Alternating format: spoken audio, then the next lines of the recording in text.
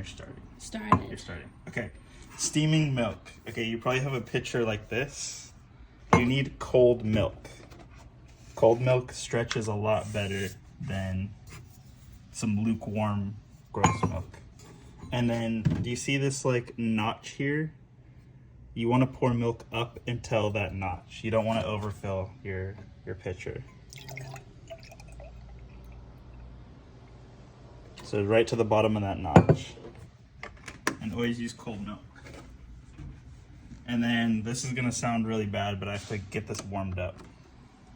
So we'll wait like 30 seconds. I need a cup too. Okay.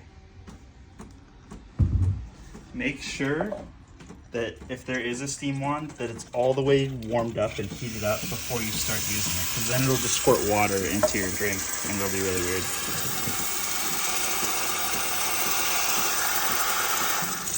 Okay, so now that it's warmed up, look at where I place the wand. So it's gonna go barely under the milk, and it's gonna go like in the middle, and then 25% to like the left, or a quarter to the left. And then I'm just gonna let it do its thing. I'm not gonna move it.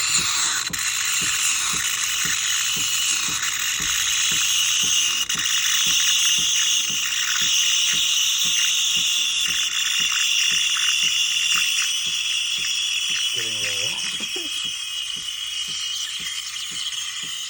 And you'll notice that the milk is gonna start to swirl.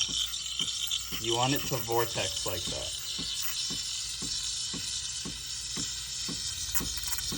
And it should sound like you're ripping paper a little bit.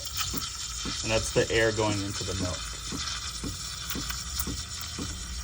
And I'm feeling the side of the pitcher to see when it gets like the same temperature as my hand. And when that happens, like right about now, it'll probably be faster on your machine. This machine takes a while. I'm gonna dunk the spout like half an inch into the milk so that that ripping noise goes away. And you can see how much volume the milk is increased by. It's like gained 50% of its volume. And now I'm just gonna let that vortex, and it's just incorporating all the air into the milk. And I'm gonna let that go until I can't really keep my hand on the pitcher anymore. When it becomes uncomfortable for your hand to touch the pitcher, that's when the milk is at the right temperature. You can actually hear a difference in the sound that it makes too. And then always clean your spout afterwards, because you don't want milk getting stuck in it.